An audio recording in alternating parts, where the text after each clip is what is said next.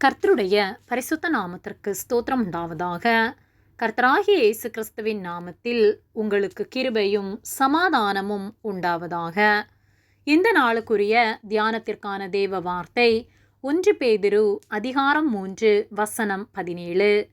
தீமை செய்து பாடனுபவிப்பதிலும் தேவனுக்கு சுத்தமானால் நன்மை செய்து பாடனுபவிப்பதே மேன்மையாயிருக்கும்.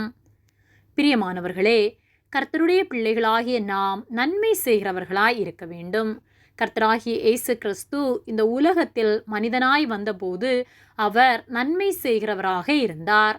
அவரை ஏற்றுக்கொண்டு அவருடைய பிள்ளைகள் என்ற அதிகாரத்தை பெற்ற நாமும் நன்மை செய்கிறவர்களாய் நற்சாட்சி உள்ள வாழ்க்கை வாழ வேண்டும். 1 பேதுரு 3:17 தீமை செய்து பாடனுபவிப்பதிலும் தேவனுக்கு சித்தமானால் நன்மை செய்து பாடனுபவிப்பதே மேன்மையாயிருக்கும் என்று சொல்லப்பட்டுள்ளது. நம்முடைய வாழ்க்கையில் நாம் பரிசுத்தமாய் வாழ்ந்தும் நமக்கு எதிராக சிலர் எழும்பி அதிநிமித்தமாய் பாடுகள் வரும்போது நாம் மிகவும் துவண்டு போய் சிலர் கர்த்தரை முறுமுறுத்து கர்த்தருக்கென்று வாழ்ந்தும் ஒரு பயனும் இல்லையே என்று சொல்லி கர்த்தருக்காக வாழ்ந்தும் அவமானப்பட வேண்டியதாயிருக்கிறதே என்று கர்த்தரை விட்டு பின்வாங்கி போகின்றார்கள். நாம் அப்படிப்பட்டவர்களாய் இராமல் கர்த்தருக்கென்று பாடனுபவிப்பதை மேன்மையாக எண்ணுவோமானால் கர்த்தரிடத்திலிருந்து நமக்கு பலன் உண்டாகும். தீமை செய்து பாடனுபவிப்பதென்பது அது நாம் செய்த தீமையினால் நமக்கு கிடைக்கும் பலன். ஆனால் நாம் பரிசுத்தமாய் வாழ்ந்து பிறருக்கு நன்மை செய்து அந்த நன்மை நிமித்தமாய் நம்முடைய வாழ்க்கையில் ஒரு துன்பம் வருமானால் அந்த துன்பத்தை கண்டு நாம் துவண்டு போகக்கூடாது. என்னுடைய வாழ்க்கையில் கர்த்தர் இப்படி ஒன்றை அனுமதித்தாரே என்று சொல்லி கலங்காமல் நாம் அந்த வேளையிலும் கர்த்தரை ஸ்தோத்தரிப்போமானால் கர்த்தர் நிச்சயமாக நம்மை அதிலிருந்து தப்புவித்து நம்மை மேன்மைப்படுத்துகிறவராய் இருக்கிறார். நாம் துவண்டு போன அந்த இடத்திலே, நாம் பாடனுபவித்த அந்த இடத்திலே கர்த்தர் நம்மை மேன்மைப்படுத்த வல்லமை உள்ள தேவனாய் இருக்கிறார். யோபுவை குறித்து நாம் பார்க்கும்போது யோபு எப்பொழுதும் கர்த்தரை ஸ்தோத்தரித்து கொண்டிருந்தார். ஆனால் அவருடைய வாழ்க்கையில் பிரச்சனைகள் வந்தது. யோபு கர்த்தரை தூஷிப்பான் என்று சாத்தான் காத்திருந்தான்.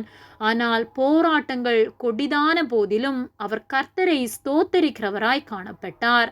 அவருடைய வாழ்க்கை கர்த்தரால் இரண்டத்தனையான ஆசீர்வாதத்தை பெற்றது. அப்படியாகத்தான் நம்முடைய வாழ்க்கையிலும் மனிதனுக்கு பிரியமாய் வாழ்வதை விட்டுவிட்டு கர்த்தரிடத்திலிருந்து நாம் பலன் பெற்றுக்கொள்ள வேண்டும். பரலோக ராஜ்யத்திலே கர்த்தரோடு கூட என்றென்றும் வாழ வேண்டும் என்ற எண்ணத்தோடு நன்மை செய்கிறவர்களாய் நற்கிரியை செய்து நற்சாட்சி உள்ள வாழ்க்கை வாழ்வோமானால் கர்த்தர் நிச்சயமாக நம்மை ஆசீர்வதிப்பார். ஒருவேளை நாம் செய்கிற நன்மை நிமித்தம் நம்முடைய வாழ்க்கையில் கஷ்டங்கள் வந்தாலும் அந்த கஷ்டங்களை மாற்ற கர்த்தர் வல்லமை உள்ளவராய் இருக்கிறார். ஆகவே துவண்டு போகாமல் நன்மை செய்வோம். கர்த்தருடைய கரத்திலிருந்து நன்மைகளை பெற்றுக்கொள்வோம். கர்த்தர் நம் ஒவ்வொருவரையும் ஆசீர்வதித்து நித்திய ஜீவனை நாம் பெற்றுக்கொள்ள நமக்கு உதவி செய்வார். ஆமேன். ஜெபம். எங்களை அதிகமாக நேசித்து வழிநடத்தி வருகிற எங்கள் அன்பின் பரிசுத்த பிதாவே, இந்த நாளையும் நாங்கள் காணும்படியாக நீர் எங்களுக்கு தந்த நன்மைகளுக்காக கிருபைகளுக்காக நாங்கள் உமக்கு நன்றி செலுத்துகின்றோம். நாங்கள் தியானித்த வார்த்தையின்படியே நாங்கள் நன்மை செய்கிறவர்களாய் எப்பொழுதும் உம்முடைய சித்தத்தை நிறைவேற்றுகிற வாழ்க்கை வாழ நீர் எங்களுக்கு உதவி செய்யும்படியாய் ஜெபிக்கின்றோம். எங்களுடைய வாழ்க்கையில் வருகிற பாடுகளை நினைத்து நாங்கள் துவண்டு போகாமல் நீர் எங்களோடு கூட இருக்கிறீர் என்ற விசுவாசத்தோடு அதை மேற்கொள்ளத்தக்கதான பலனை எங்களுக்கு தரும்படியாய் ஜெபிக்கின்றோம். எங்களை மேன்மைப்படுத்துகிற தேவன் நீர் எங்களோடு கூட இருந்து எங்களை நடத்துவதற்காக நன்றி செலுத்துகின்றோம். ஒவ்வொருவரையும் ஆசீர்வதிக்கும்படியாய் ஜெபிக்கின்றோம்.